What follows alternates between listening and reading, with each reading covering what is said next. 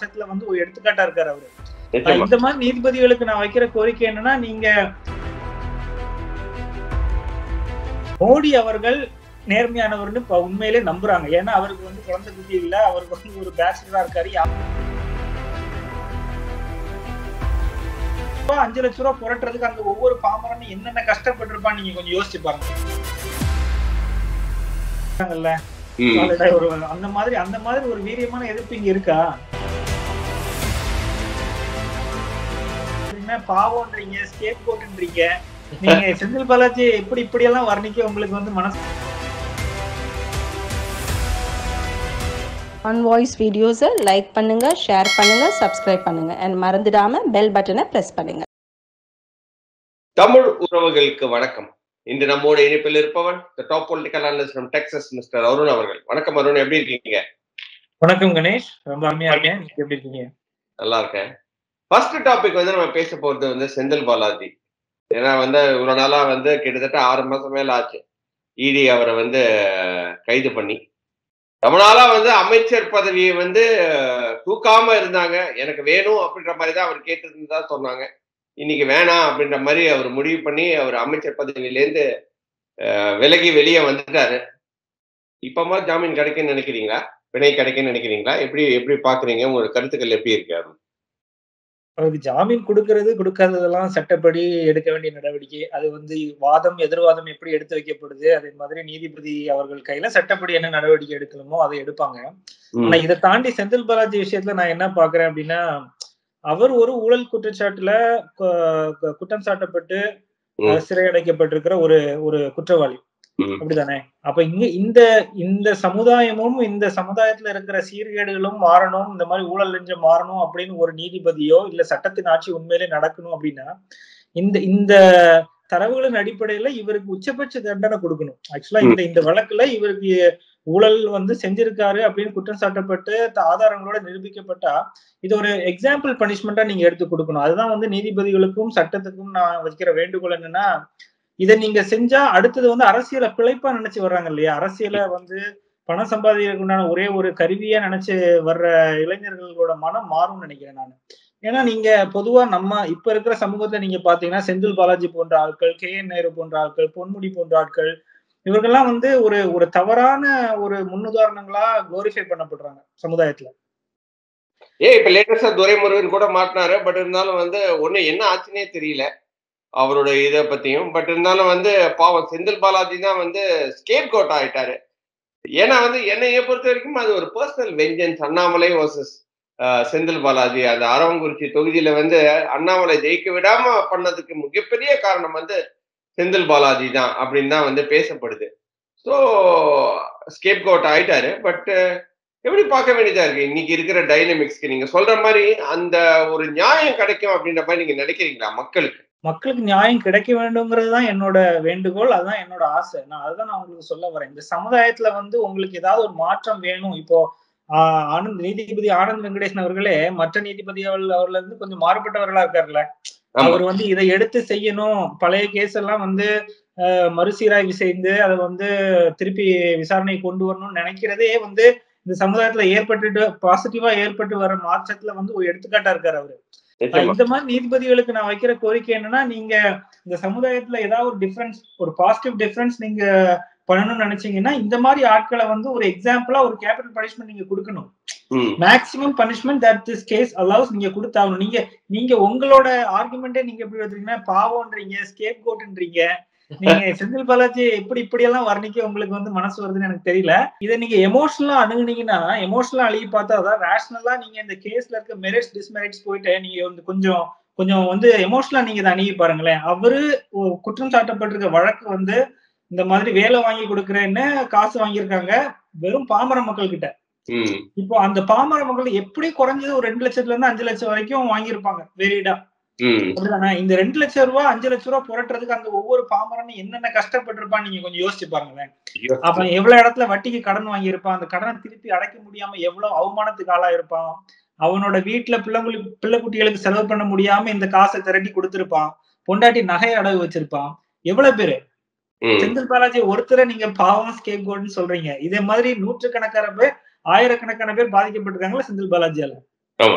அப்ப அந்த பாதிப்புகளுக்கு எல்லாம் ஒரு நியாயம் கிடைக்கணுமா வேண்டாமா? எப்பவுமே அந்த நியாயம் வந்து மறுக்கப்படுது இல்லையா? அப்படிதான் நம்ம வந்து நிறைய இடத்துல நம்ம பார்த்துருக்கோம். ஃபார் எக்ஸாம்பிள் பொன்முடி இவ்வளவு நேரம் ஜெயில இருக்கணும். அவருதான் வந்து ஏதோ ஒரு அந்த ப்ராசஸ் எக்ஸ்டெண்ட் பண்ணிக்கிட்டே இருக்கிறாரு. இன்னும் ஜெயிலுக்கு அனுப்பாம தானே வச்சிருக்கிறாங்க. அதாவது வந்து எக்ஸ்ட்ரீம் லெவல் ஆஃப் லாயர்ஸ் டெல்லியில இருந்து வராங்க.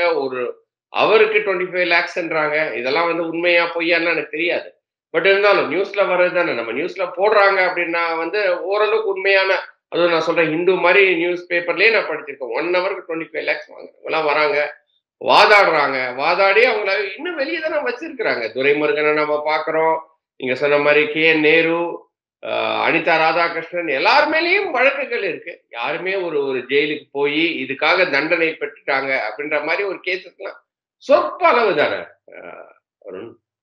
இந்த இடத்துல நான் வந்து குற்றம் சாட்ட விரும்புறது மத்திய அரசு. ஏன்னா நீங்க இங்க மத்திய அரசின் பிரதிநிதியா இங்க மாநிலத்துல அரசியல் செய்யக்கூடிய அண்ணாமலை வாய்ச்சோடால் மட்டும் மேடைகள்ல இருந்து விடாம இந்த மாதிரி ஆடியோ ரிலீஸ் பண்றேன், இந்த மாதிரி மத்த கட்சிகளுக்கு எதிராக வந்து வீடியோ ரிலீஸ் பண்றேன், ஆடியோ ரிலீஸ் பண்றேன் அப்படின்னு சொல்லி ஒரு ஒரு ஒரு ஒரு பின்ப அளவுல மட்டும் உங்க அரசியல வைக்காம என் பாஜக வழக்கறிஞர்கள் அணி கிடையாதா?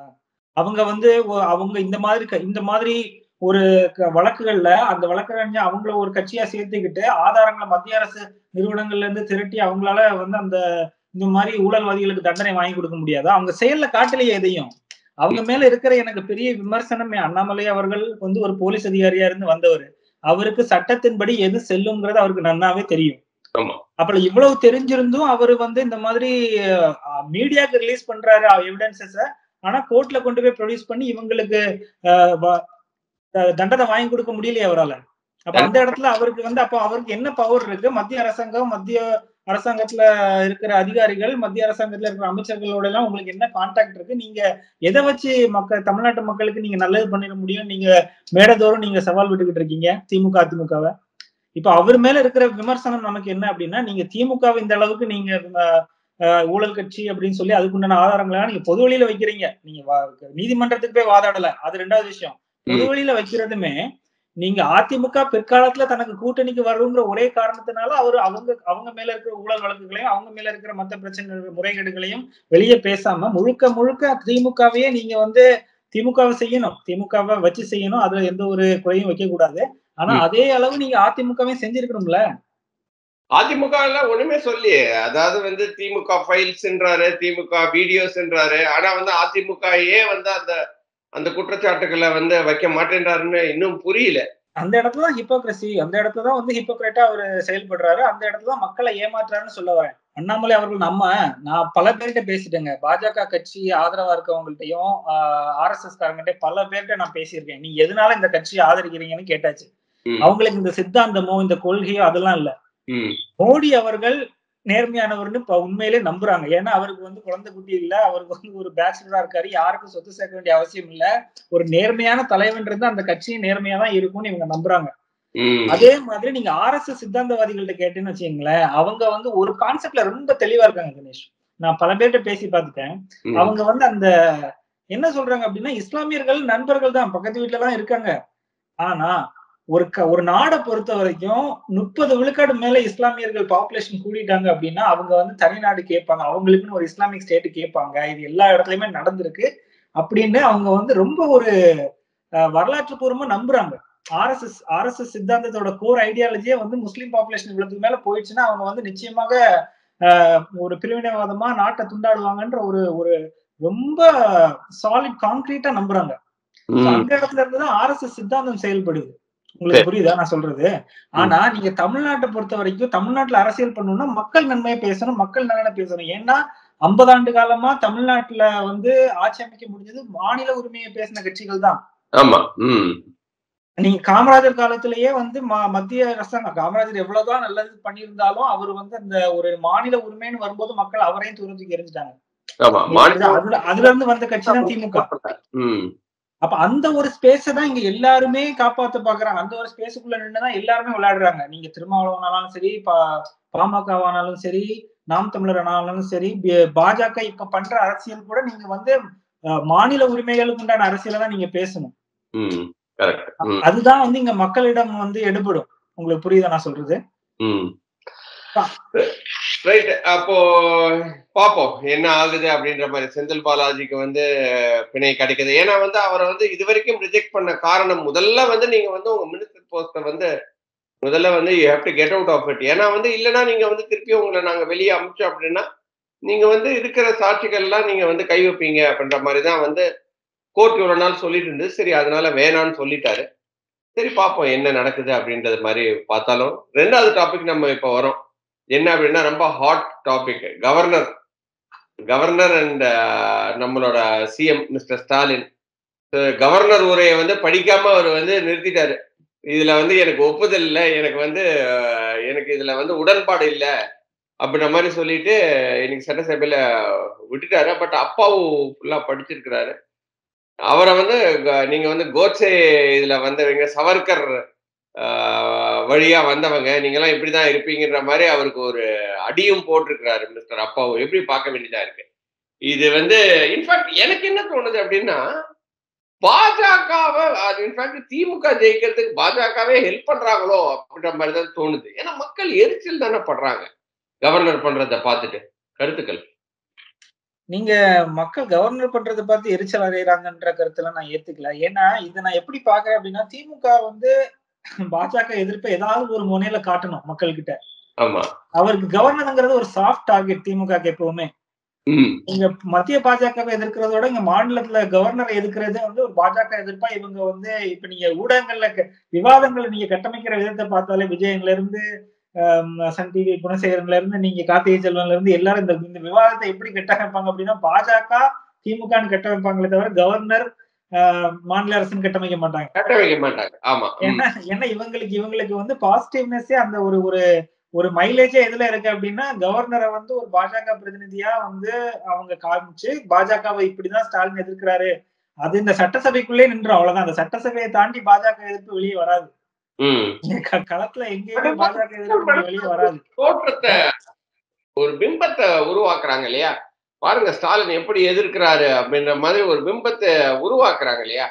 அதுல எந்த கேள்விக்குறியும் இல்ல. Stalin is nicely playing his cards. Stalin வந்து அரசியல்ல வந்து அவருக்கு ரொம்ப பக்காவா பண்றாரு. யாரை எதிர்க்கணும், யாரை எதிர்க்க கூடாது, அவரோட சர்வைவலுக்கு, அவரோட கட்சி சர்வைவலுக்குன்னு அவருக்கு நல்லாவே தெரிஞ்சிருக்கு. அவர் அதனாலதான் சென்ட்ரல வந்து ரொம்ப பகிர்ச்சிக்காம மோடி அவர்கள் கூட நல்ல டேர்ம்ஸ்ல இருக்காங்க. எப்ப அப்பாயின்மெண்ட் கேட்டாலும் உதயநிதி கொடுக்குறாரு. இது வரைக்கும் ஏதாவது ஒரு கட்சி தலைவரோட பிள்ளைய டெலிகேட்டட் பவர்ல இருந்தவங்களை யாரையாவது சந்திச்சு மோடி இப்ப பேசியிருக்காரு? பேசினதே கிடையாது. ஆமா. அப்ப அந்த ஒரு இடத்துல உதயநிதி ஆமா, அவரே சொன்னாரு, கல்யாணத்துக்காக போனேன், லாஸ்ட் மினிட்ல கேட்டேன் கொடுத்துட்டாங்க அப்படின்ற மாதிரி அவரே சொன்னாரு. எனக்கே ரொம்ப ஆச்சரியமா இருந்துச்சுன்னு ஒரு இன்டர்வியூல சொன்னாரு. நான் பார்த்துட்டு வாவ் அப்படின்ற மாதிரிதான் நானும் யோசிச்சேன். சொல்லுங்க. அப்புறம் நீங்க என்ன பாஜக எதிர்ப்பு, திமுக பாஜக எதிர்க்குதுலாம் பேசிட்டு இருக்கீங்க? எதிர்ப்புனா என்ன? நீங்க இப்போ மம்தா எதிர்க்கிறாங்கல்ல, அந்த மாதிரி ஒரு வீரியமான எதிர்ப்பு இங்க இருக்கா? இங்க இல்ல. அதை வந்து நீங்க எங்க உங்க எதிர்ப்பை காமிக்கிறீங்க அப்படின்னா, நாங்க கையெழுத்து போடாத இடத்துல கவர்னர் கிட்டையும், கவர்னரை வச்சே நீங்க இந்த கதையை கட்டமைக்கிறீங்க. மோடி அவர்கள் ஆட்சிக்கு வந்த அப்புறம் வெள்ளப்பட தானே காமிச்சீங்க. கோ பேக் மோடி நீங்க இது வரைக்கும் சொல்லலையே. புரியுதா உங்களுக்கு? அதே மாதிரி நீங்க எதிர்க்கும் போது ஆனா ஸ்டாலின் அரசியல் வந்து பக்காவா பண்றாரு. அங்க மத்திய அரசை எதிர்க்கும் போது அவங்க சித்தாந்தங்களை எதிர்க்கிற மாதிரியும், மோடி அவர்கள் அவர் டைரக்டா எதிர்க்க மாட்டார். ஏன்னா வந்து மோடி அவர்கள் வந்து ஒரு சமூக நீதி புரட்சி. ஆக்சுவலா சொல்ல போனா, நீங்க ஏன் மோடி இவ்வளவு பெரிய ஒரு அப்பீலிங் ஃபேக்டரா இருக்காருன்னு நினைக்கிறீங்க? மோடி அவர்கள் இடத்துல ஒரு இது வரைக்கும் இருந்த தலைவர்கள் நான் சொல்லலாம், கேஸ்ட் சொல்ல விரும்பல, but like upper caste people இருந்திருந்தாங்கன்னா, மோடி இல்லாம வேற யாராவது பாஜக தலைவரா இருந்தாலும் அதை வச்சு அவங்க இன்னுமே அந்த பார்ட்டியை வந்து ஒரு கலர் கொடுத்துட்டே இருப்பாங்க, பிஜேபியை. ஆனா மோடி அவர்கள் வந்து நீங்க பாத்தீங்கன்னா, அவர் வந்து அவர் ஓபிசி, பிசி சமுதாயத்தை சார்ந்தவர். அப்ப அந்த இடத்துல நின்று மொத்தமா ஒரு இடத்துல வந்து உட்காரும் போது அவர் is well accepted across multiple communities. Like அந்த ஹிந்துத்துவாவையும் அவர் வந்து பயங்கரமா ப்ரொஜெக்ட் பண்றாரு. அதே மாதிரி he is being appealing to all the other sectors. புரியுதா? சோ அதனால மோடி அவர்கள் லைக் அந்த என்ன பொறுத்த வரைக்கும் நான் மோடி அவர்கள் எப்படி பாக்குறேன்னா, அந்த பார்ட்டியோட ஒரு பெரிய பிம்பமா வந்து மோடி அவர்கள் தான் ப்ரொஜெக்ட் ஆகிறாரு. அதனாலதான் பார்லிமெண்ட் எலெக்ஷன்ல மோடி நல்லவருப்பா, அதுக்காக ஓட்டு போடணும்னு சொல்லி செய்யறவங்க நிறைய பேர் இருக்காங்க. அதுக்கு அடுத்த இடத்துல வச்சு பாக்குறவரை வந்து யோகி ஆதித்யநாத்தை பாக்குறாங்க. ஏன் நான் அப்படி பாக்குறேன், இந்த ரெண்டுக்கு நீங்க சிமிலாரிட்டி பாத்தீங்கன்னா, அந்த அவங்களோட வாழ்வு தன்மை ஒரு துறவு மனப்பான்மை உடையவர்களா இருக்காங்க அப்படிங்கிறது ரொம்ப பெரிய அப்பீலிங் ஃபேக்டா இருக்கு. ஒரு குடும்பஸ்தன் வச்சுக்கீங்களேன். அவங்க குடும்பஸ்தன் எப்படின்னா ஸ்டாலினோட மகன் உதயநிதிக்கு ஒரு 50 ஃப்ரெண்ட்ஸ் இருப்பாங்க. அந்த 50 ஃப்ரெண்ட்ஸுக்கு ஒரு 500 ஃப்ரெண்ட்ஸ் இருப்பாங்க. அந்த 500 ஃப்ரெண்ட்ஸுக்கு ஒரு 5000 ஃப்ரெண்ட்ஸ் இருப்பாங்க. அந்த 5000 பேரும் பவர் சென்டரா மாறிடுவாங்க. உங்களுக்கு புரியுதா? கட்சி ரீதியா போகாம குடும்ப ரீதியா, உறவு ரீதியா போயிடும். அந்த பவர் சென்டர் வந்து டெலிகேட் ஆயிடும். அந்த மாதிரி ஒரு ஆபத்து மோடி கிட்ட இல்ல, யோகி ஆதித்யநாத் கிட்ட இல்லங்கிறத வந்து மக்கள் உணர்றாங்க. அதுதான் வந்து மோடி அவர்களோட வெற்றின்னு நான் பாக்குறேன். பட் இருந்தாலும் coming back to the state பாலிடிக்ஸ்ன்னும் போது ஸோ ஸ்டாலின் வந்து ரொம்ப கேர்ஃபுல்லா அந்த கார்ட்ஸை விளையாடுறாரு இல்லையா? வெளியே எதிர்க்காம உள்ள ஒன்றி எதிர்த்துக்கிட்டு தமிழ்நாடுக்குள்ள அந்த ஒரு பாலிடிக்ஸை பண்ணி ஜெயிச்சுட்டும் இருக்கிறாரு. இந்த எதிர்ப்பு வந்து இந்த 2024 அவருக்கு ஹெல்ப் பண்ணும் அப்படின்ற மாதிரி நீங்க பாக்குறீங்களா? இல்லைன்னா அவர் ஜெனரல் பாலிடிக்ஸ் வந்து நல்லா அது வந்து 2024 ஹெல்ப் பண்ணும் அப்படின்ற மாதிரி பாக்குறீங்களா? ஏன்னா வந்து இன்னைக்கு வந்து கருத்து கணிப்புல 40 out of 40ன்ற மாதிரி தான் சொல்லியிருக்காங்க. சி ஓட்டர் கருத்துக்கள். இதை நீங்க இந்த எலெக்ஷனை பொறுத்த வரைக்கும் நீங்க கருத்து கணிப்பு வச்சு பார்த்தாலும் சரி, பொதுவான ஒரு கூட மீடியா அப்ரிங்கிங் நரேட்டிவா பார்த்தாலும் சரி, இந்த விண்ட் எந்த பக்கம் ப்ளோ ஆகணும் உங்களுக்கு கரெக்டா கணிக்க முடியாது. திமுக தான் மெஜாரிட்டி சீட்ஸ் வின் பண்ணுவாங்க. AIADMK will try to give a good fight. அதுதான் பாக்குறாங்க. ஆனா இந்த இடத்துல நீங்க கூர்மையா இந்த எலெக்ஷன்ல யார பாக்குறாங்க அப்படின்னா, சீமான் அவர்கள் என்ன பெர்ஃபார்ம் பண்ணுவாருன்றது ஒரு பக்கம் பாக்குறாங்க. அதே மாதிரி அண்ணாமலை என்ன மாதிரி கூட்டணி அமைச்சு அவரை தலைவரை எப்படி போர்ட்ரே பண்ண போறாருன்றதையும் பாக்குறாங்க. சோ அந்த ரெண்டு பிளேயர்ஸோட இதுதான் இன்ட்ரெஸ்டிங்கா இருக்கும். நீங்க வந்து டிஎம்கே அலைன்ஸ் வந்து ஸ்வீப்னு சொல்ல முடியாது. அந்த ஆன்டி இன்கம்பன்சி ஃபேக்டர் எங்கேயாவது ஒர்க் ஆகி கொஞ்சம் சீட்டு டவுன் ஆனாலும் மற்றபடி ஓவராலா அவங்க தே வில் ஸ்டில் பெர்ஃபார்ம் வெல்னு நான் பாக்குறேன். இந்த ஓவராலா எலெக்ஷன்ஸ் பொறுத்த வரைக்கும் 30+ மாதிரியாவது வந்துருவாங்க அப்படின்ற மாதிரி தான் பாக்குறீங்க இல்லையா? ஆமா, அது நீங்க ஈவ் ஆஃப் தி எலெக்ஷன்ல நீங்க இந்த பக்கம் அதிமுக எப்படி கூட்டணி அமைக்கிறாங்க, பாஜக எப்படி கூட்டணி அமைக்கிறாங்க, அதை பொறுத்து தான் நம்ம சீட்டு கணக்குக்குள்ள போக முடியும். அதுக்கு முன்னாடி வரைக்கும் நம்ம வந்து எப்படி பார்க்கலாம் அப்படின்னா வந்து அந்த இன்க்ளினேஷன் சொல்லுவோம்ல, general inclination is towards DMK alliance. ரொம்ப நன்றி நம்மளோட क्वेश्चंस எல்லாம் ஆன்சர் பண்ணதுக்கு அருண். இன்னொரு வீடியோவில் சந்திக்கிறேன். அதுவரை நன்றி, வணக்கம். ஆன் வாய்ஸ் வீடியோஸை லைக் பண்ணுங்க, ஷேர் பண்ணுங்க, சப்ஸ்கிரைப் பண்ணுங்க, அண்ட் மறந்துடாம பெல் பட்டனை பிரஸ் பண்ணுங்க.